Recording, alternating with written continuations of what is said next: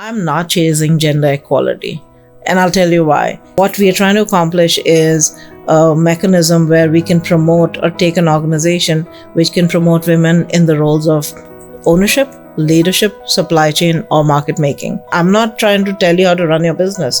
I'm just asking you to use the lens of saying, what else can you do?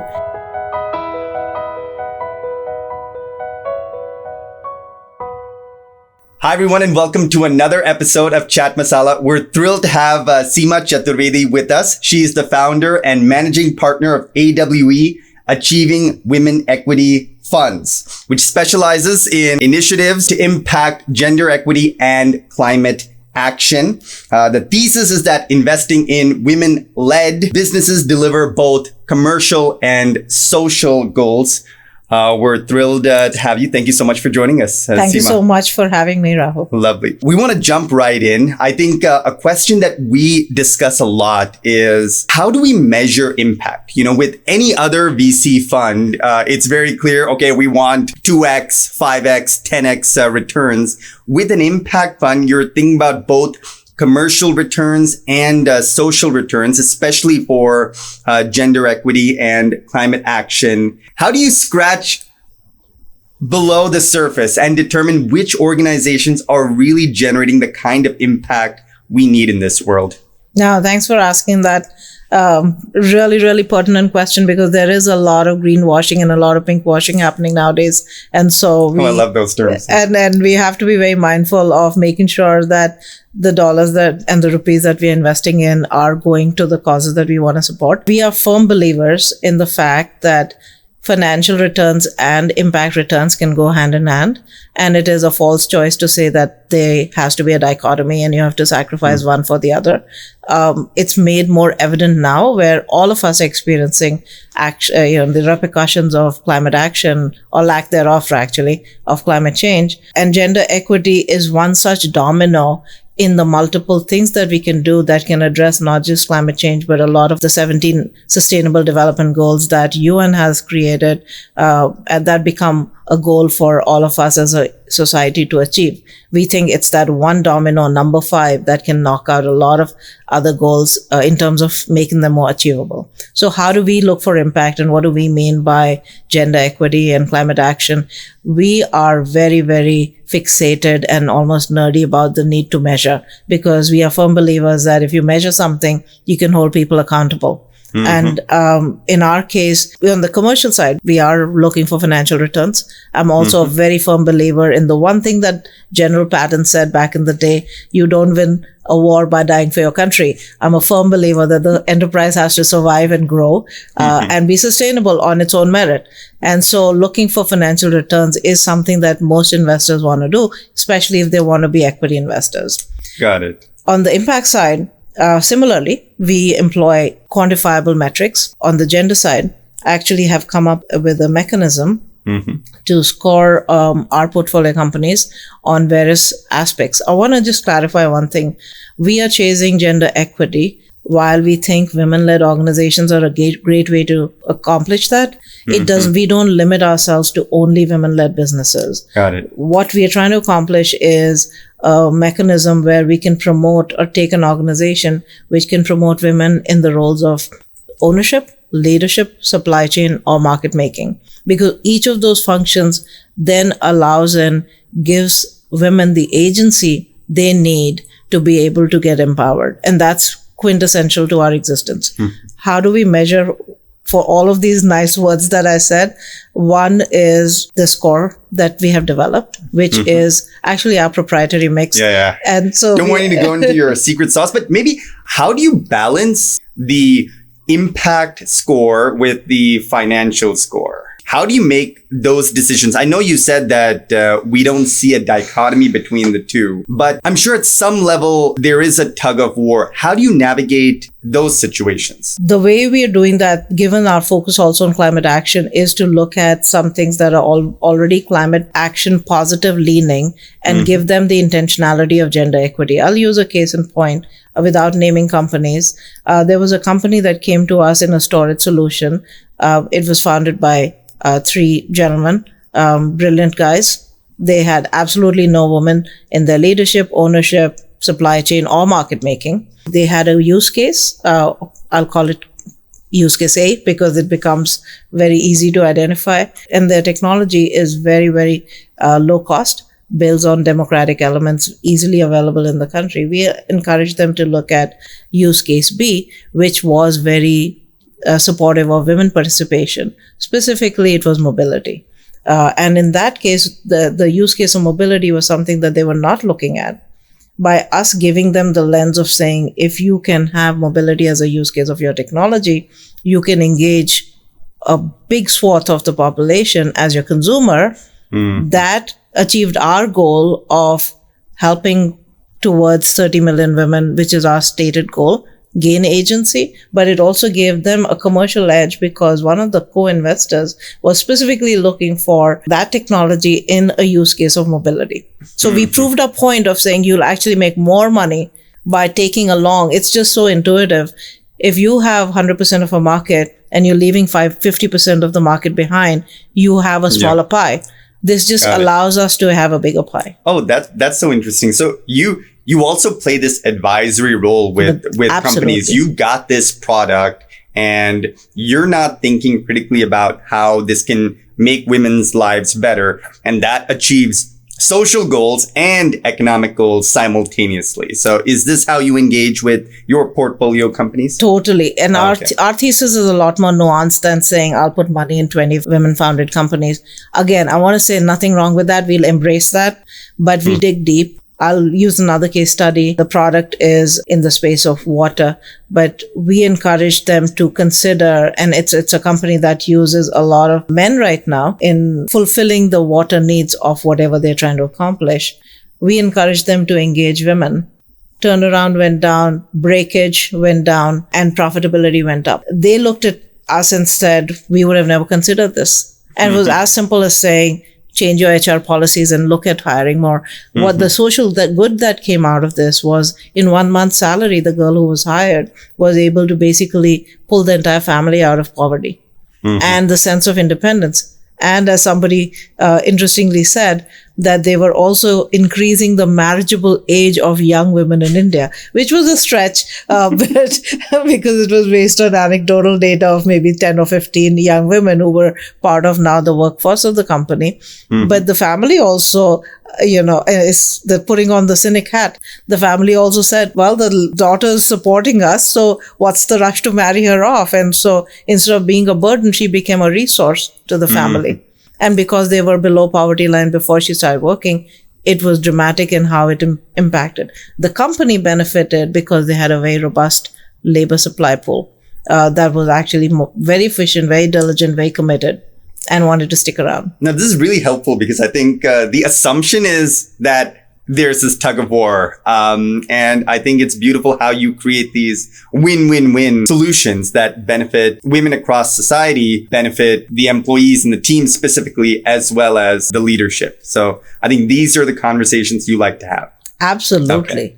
I should clarify. We have 2 requirements. We say you will have a 10x multiplier effect because of us writing a check to your company. You will engage women in whatever capacity, ownership, leadership, supply chain, market making, and increase at a factor of 10 because we were your investors. And then we will help you catalyze at least 2x to the extent the business needs money, 2x capital to what we are investing. So that's a measurable outcome of what we are trying to accomplish. I've had situations where some men-owned companies have said, Seema, I've got this one lady with me. Now, where am I going to find 9 more women? I don't want to. And I said, no.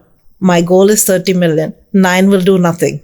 Now, build a use case, whether it's supply chain, whether it's market making. I'll use an agri-supply example, supply chain, where they studied that in India, most farms are smallhold farms.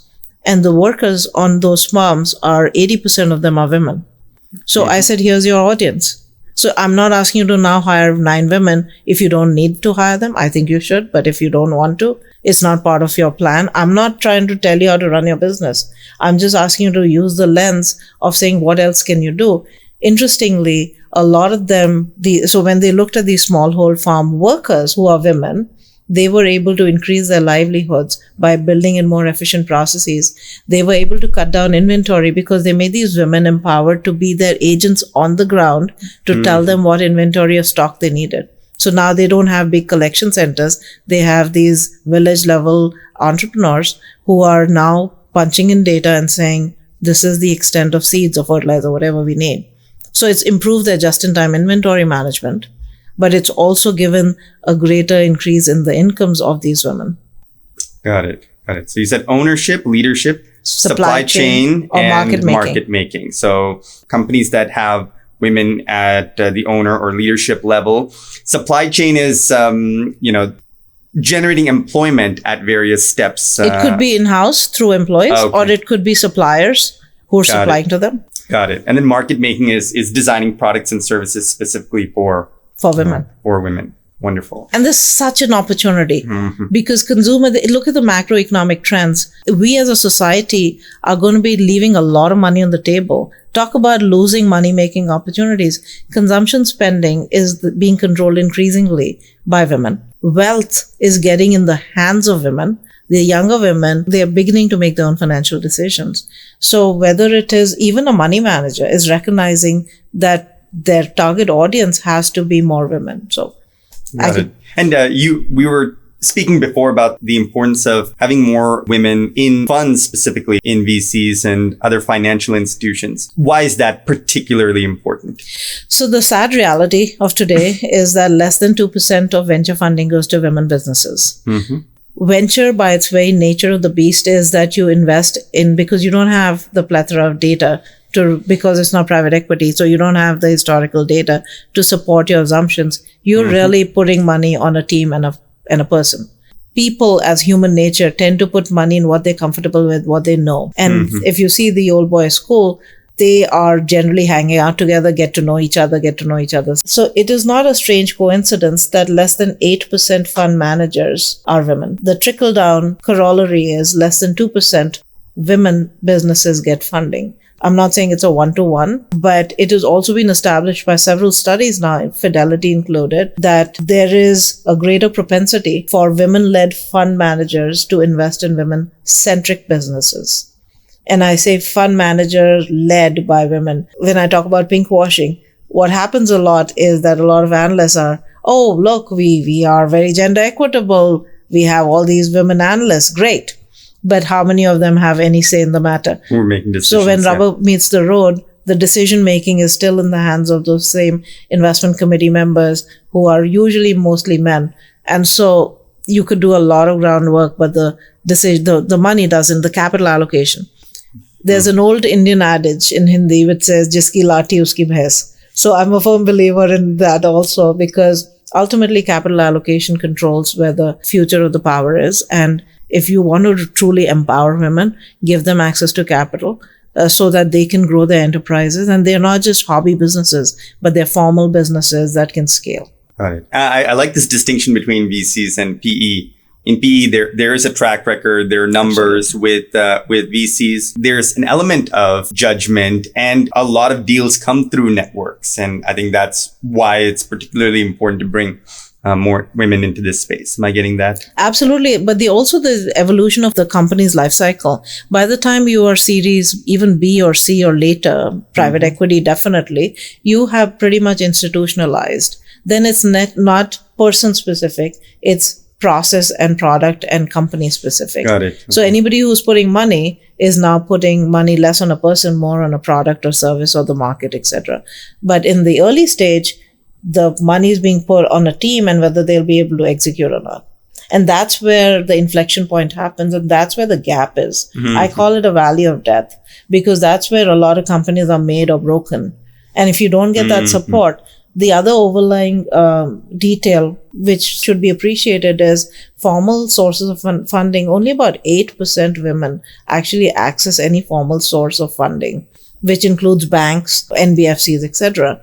Why? Because most of them are told for debt, yes, the government's done a great job of launching mudra loans, etc., but they tap out at a particular number, 10 lakhs, 20 lakhs, whatever the particular scheme might be. You need collateral for debt. Families are usually very reticent of saying, I'll let you put our house on the market as collateral. They don't see the woman's business as serious, which is why, and she usually does not have underlying equity. So after a while, for scalability, you need to have growth venture capital to scale it up. I see. And if your sources of capital are drying up because you've tapped out the 10 lakh loan, great that you got it, but that'll still not let you scale up. So for scaling, if you don't have collateral, therefore you can't access debt unless you're solidly cash flowing. If you're solidly cash flowing, you don't need any external capital, right? But if you want to grow and scale I call it blitz scaling, then you want to have an external source of capital. Equity becomes that very pivotal source of capital, which is where the massive gap is. And that's what we're trying to fix. Got it. Now, I think this touches upon another interesting issue that we've been discussing, which is women often don't have access to collateral. I think with inheritance laws, like property should go evenly between male and female children. But I think to this day, that doesn't always happen in practice across India. And I think that might be exacerbating the problem for women who want to start business and want to have an asset that they can put up as collateral. Is that an issue that Absolutely. So, okay. And that's where I try to talk about the difference between equity and equality. I'm not chasing gender equality. And I'll tell you why. Equality, and I'll liken it to a situation of some opportunities. Think of it as a multi-shelf system where the best opportunities are at the top shelf. And to get to the top shelf, you need a ladder. Equality would mean, and think of, and I'm not saying women are short, I'm just saying two people, one's a tall guy person and the other person's a short person. Equality would say, let's give them both the same size ladder. The tall person will reach the top shelf, the short person won't. I'm saying, no. Give the short person a taller ladder so that they can access the same opportunities. That is equity. That is fundamental. And the reason why people don't focus on, it's great to even start focusing on equality because that'll mean the pendulum is beginning to move, but equity is considered the ultimate objective. Absolutely. Very interesting. Switching gears a little bit, can we talk about trends you've observed in the Indian labor force with respect to women over the past few decades? What are some trends that are heartening? And what's some work that needs to be done in the coming 10, 20 years that we all should be aware of? I hope you're enjoying this episode of Chat Masala. Before we move on with this insightful conversation, please be sure to subscribe and follow us so we can continue expanding our minds together. So statistical data says that our labor participation of women in formal employment is dismal and declining. It's declining, right? Yes, the trajectory is downward facing. Okay.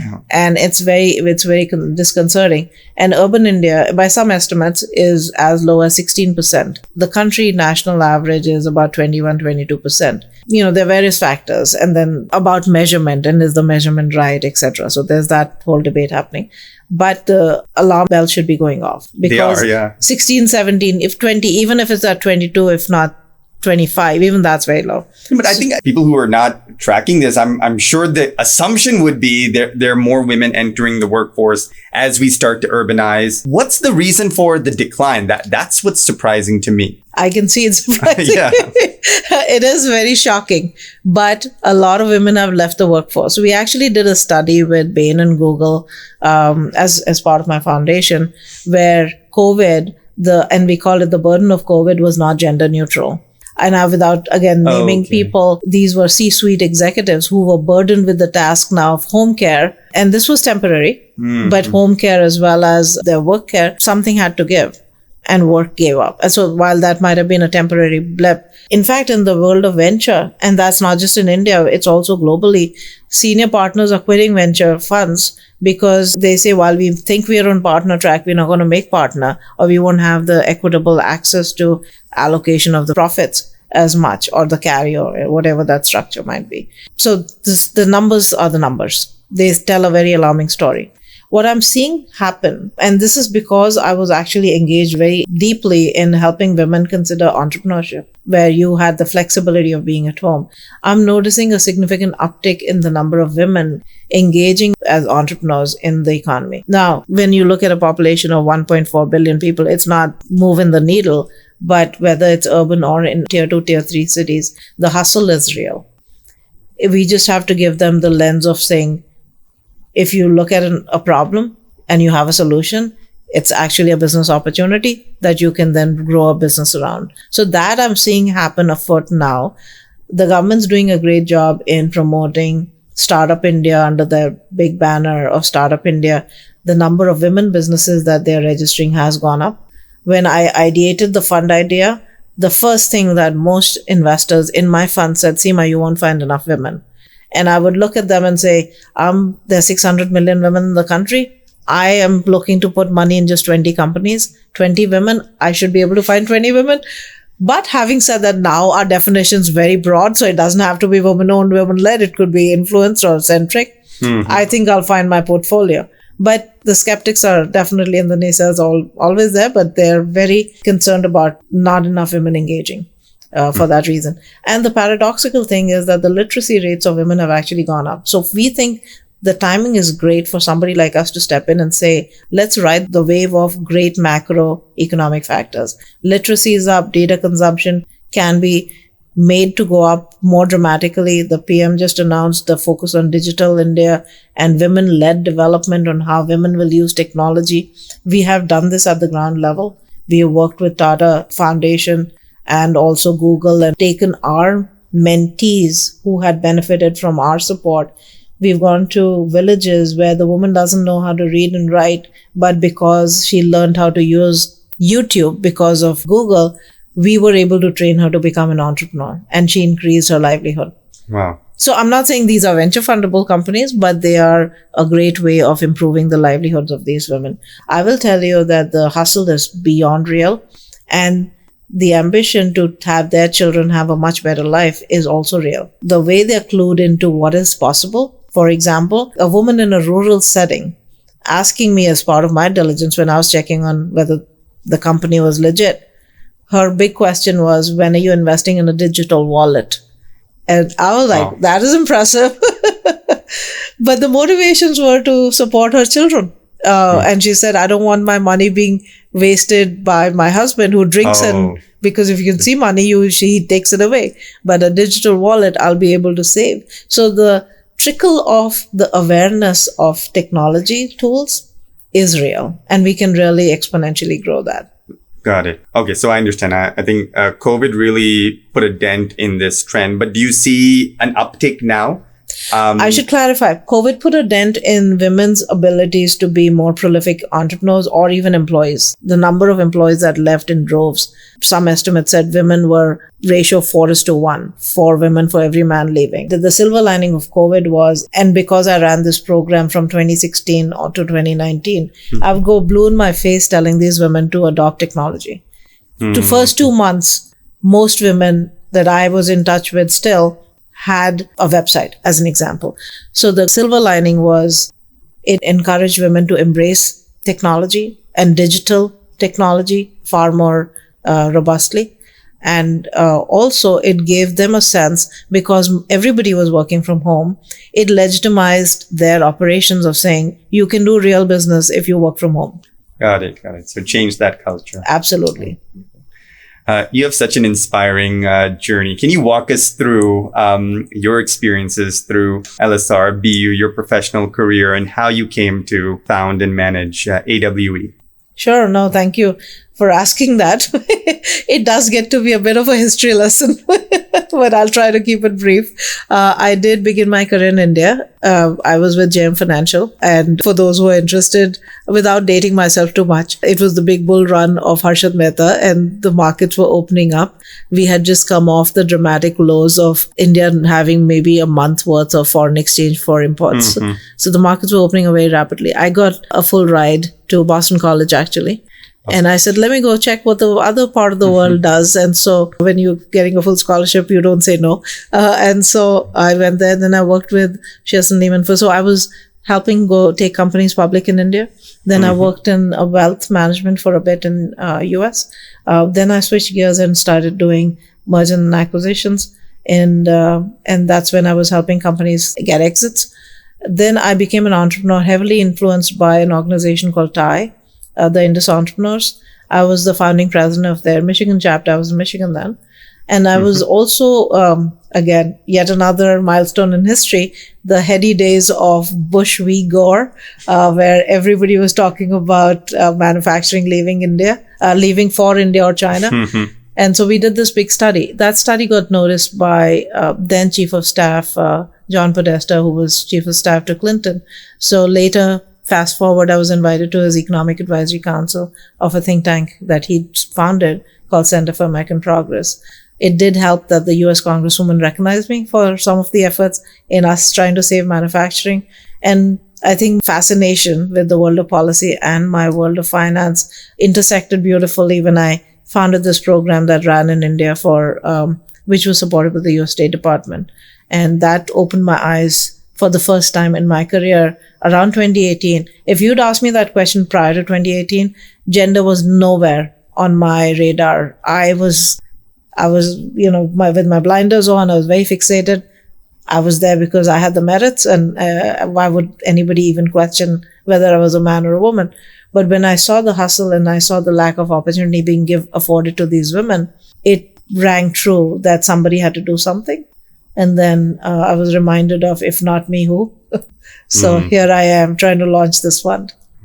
And we have launched the fund, so we are at first close. That's so wonderful to hear. What advice would you give young women and young men in terms of leadership, in terms of entrepreneurship? What values, what skills would you recommend that they focus on if they're entering the workforce today? I would say the biggest thing they can do is raise their hand. The first thing they can do is raise their hand and say, count me in, I'm willing to work. Because don't be proactive, and especially for a very young person, even if it is raising your hand to make photocopies, do it. Because you're just building in yourself the culture of saying, I should be a team player and not be sitting on the sidelines and wait for somebody to tell me. Proactive people are loved by everybody. So be a self-starter, be a proactive person. But then in terms of what else you can do, definitely find a mentor. If I was to talk to my younger self, I would say actively go out and find a mentor. Now, you don't have to get all your answers from that one person. So find your own board of personal directors, a personal board of directors. Oh, that's nice. I like that. Yeah. Your personal board of directors. Absolutely. Yeah. Who can help you grow in your different dimensions. And then network like crazy. It's never too early to network. Just because you're starting out doesn't mean, even if you're a college student, even if you're a school student, because remember, and network not just with your seniors, but also with your juniors, because chances are 20 years from now, everybody will do well. And then it wouldn't matter after 20 years whether you were 2 years ahead of somebody or not. Fascinating. And what advice would you give to young men who want to be better partners for the women in their lives in the context of everything we've spoken about? I think I'm looking for advice for myself. I'm trying to disguise that. But what would you say? What are some immediate action items that can be implemented? Well, just give your partner space to grow, really, because the reality is the world's changing and you cannot be living in the stifling norms of the 60s or 70s. Just get used to the fact that your partner, and I'm assuming you're talking about, a couple situation, and I say that to my kids a lot. But even in the context of a professional relationship, not even just a romantic relationship, even a professional relationship, respect the fact that you will have diversity in the workplace. Even though I talked about the low labor force participation, but the reality is that as the younger generation participates more, there is a sense, and recognize that your colleagues, whether they're women or men, but your colleagues are very highly educated. So give them the space that they need. And now with hopefully people like me who are championing for young women actively, chances are they'll stay in the workforce a lot longer because they won't be dropping off for childbirth or for marriage, and hopefully they'll come back. So things that were part of the norm for my generation hopefully doesn't have to be the burden of the younger generation. And just get used to the fact that you'll have to work with a very gender diverse team. Could be a colleague, could be a boss, could be a junior, and build in that sensitivity of saying, I can't be working in a situation where just because I'm male, I get to call the shots. I think hopefully those days of entitlement are very short-lived, if not already over. I think with your work, they will be. So we'll end with a little rapid fire. kind of building off the previous question, what are 3 skills young people should focus on today? 3 skills: digital, networking, raising your hand and speaking up. Got it. What's one value you hold dear that's really guided your life? Integrity. Okay, if you're trapped on a desert island, you have only one book, what would that book be? I'll take Mahabharata with me. Okay, lovely. Greatest story ever told. Excellence is An attitude. An attitude. Okay, got it. And again, kind of building off what was discussed before, what's one thing you know now that you wish you knew as a 20-year-old? You can fly and you can really achieve what you want to, but get the right support system. Got it. And finally, what's one tangible change you'd like to see a decade into the future, 2035, let's say? Equitable coexistence. Got it. Seema, thank you so much for all your insights. Wonderful having you. Likewise. Thank you for inviting me and loved having this conversation with you, Rahul.